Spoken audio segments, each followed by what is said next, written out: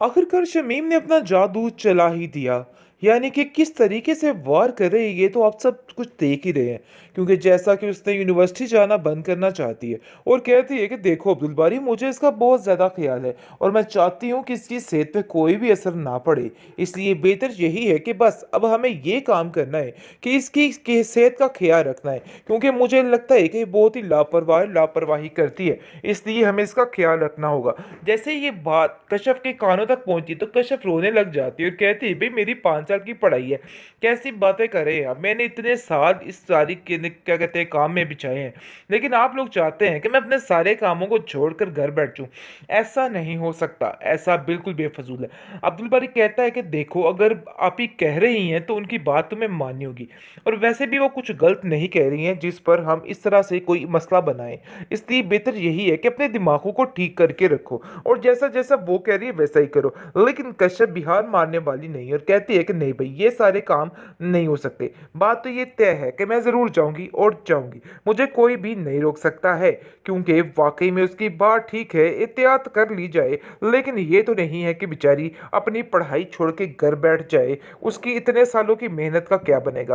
क्योंकि शमीम तो चाहती ही ये थी कि उसकी सारी मेहनत रायगा जाए और वो बेचारी इसी तरीके से जलीलो खुआर होती रह जाए, क्योंकि उसका और कोई भी मकसद नहीं था।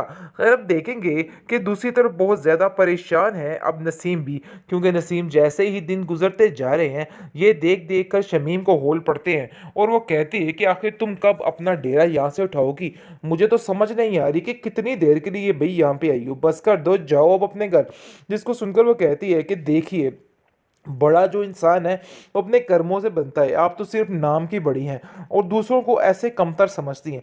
बस कर दीजिए, घर मेरा भी है और ये बात अपने दिमाग में बिठा के रखिए, मैं यहाँ से नहीं जाने वाली हूँ। एक एक इकलौता दामाद है आपका, फिर भी आप ऐसे कर रही हैं। ना तो आपने अपनी शादी की और ना ही कुछ और किया, और हमारी जिंदगियों पर मसलत होकर बैठ गई। जिस पर कहती है गुस्से में आके शमीम, शर्म करो, तुम्हें शर्म नहीं आती? तुम भी लोगों की तरह मुझ पर ही चिल्ला रही हो, जैसा कि लोग मुझ पर बोलते हैं, सारा तो कुछ करते हैं, तुम भी आज वही सिर्फ में खड़ी हो चुकी हो। मुझे तो यकीन ही नहीं आ रहा कि तुम मेरी बहन हो। जिसको सुनकर वो कहती है कि आपने भी कोई बहनों वाला काम नहीं किया, आप तो ऐसे जैसे कश्यप से बात कर रही हैं, जिस तरीके से उसको ट्रीट करती हैं वैसे मुझे भी करना शुरू हो गई हैं। ये सारी बातें सुन के कश्यप काफ़ी हैरान होती है कि आखिर ये किस किस्म की बहनें हैं कि आपस में ही हत्था मत्थी हो चुकी हैं और इनका बुरा हश्र हो चुका है। और वो सुन सुनकर हैरान होती है और कहती है कि क्या हो गया आपको भाई, बस कर दीजिए, आप लोग क्यों लड़ झगड़ रहे हैं? लेकिन शमीम कहती है कि देखो कश्यप, हमारे बीच में आने की कोई ज़रूरत नहीं है।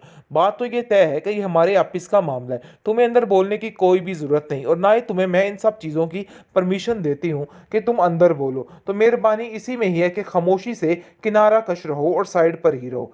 दूसरी तरफ सायरा को बहुत ज़्यादा खुश है और कहती है कि ये तो बड़ी ही खुशी की खबर है, क्योंकि वो जान चुकी है कि ऐसा ना हो कि उसके सुस्ती दिखाने से सबको ऐसा लगे कि वो दिल से खुश नहीं है। इसलिए वो इस बात का अब ढोंग रचा रही है, लेकिन वाकई में वो अपनी बहन के लिए काफ़ी ज़्यादा खुश होती है। लेकिन जैसे ही आकर उसके हालात देखती है तो काफ़ी हैरान हो जाती है और कहती है कि आप कश्यप, तुम्हें अपनी पढ़ाई में कॉम्प्रोमाइज़ नहीं करना चाहिए। तुम्हारी इतने सालों की मेहनत रायगा जाए, ये बात मुझसे बर्दाश्त नहीं होगी।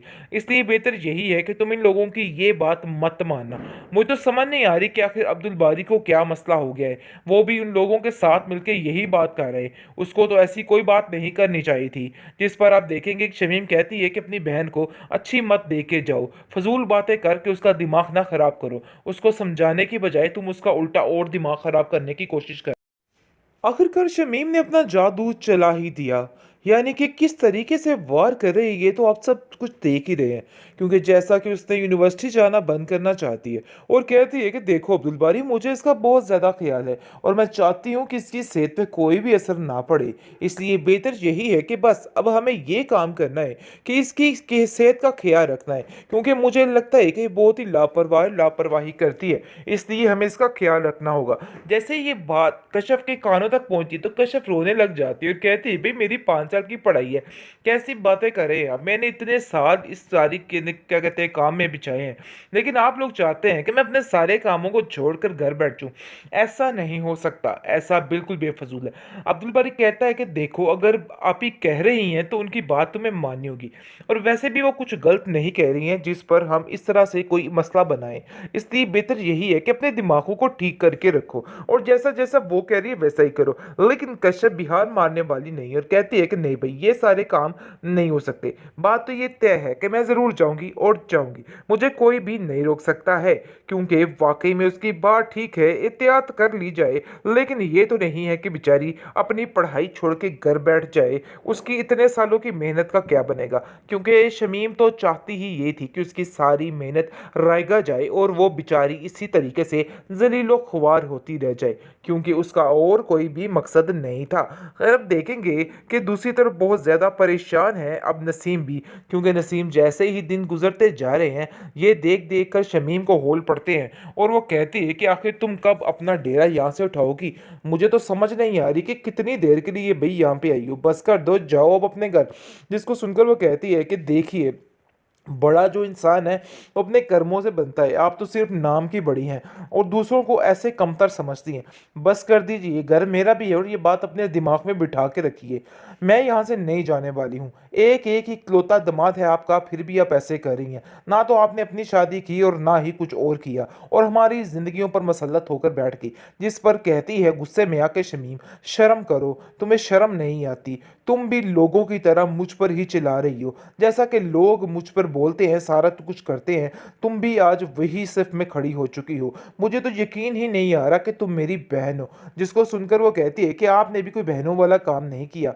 आप तो ऐसे जैसे कश्यप से बात कर रही हैं, जिस तरीके से उसको ट्रीट करती हैं वैसे मुझे भी करना शुरू हो गई हैं। ये सारी बातें सुन के कश्यप काफ़ी हैरान होती है कि आखिर ये किस किस्म की बहनें हैं कि आपस में ही हत्था-मत्थी हो चुकी हैं और इनका बुरा हश्र हो चुका है। और वो सुन-सुन कर हैरान होती है और कहती है कि क्या हो गया आपको भई? बस कर दीजिए, आप लोग क्यों लड़ झगड़ रहे हैं? लेकिन शमीम कहती है कि देखो कश्यप, हमारे बीच में आने की कोई ज़रूरत नहीं है। बात तो ये तय है कि ये हमारे आपस का मामला है। तुम्हें अंदर बोलने की कोई भी ज़रूरत नहीं, और ना ही तुम्हें मैं इन सब चीज़ों की परमिशन देती हूँ कि तुम अंदर बोलो। तो मेहरबानी इसी में ही है कि खामोशी से किनारा कश रहो और साइड पर ही रहो।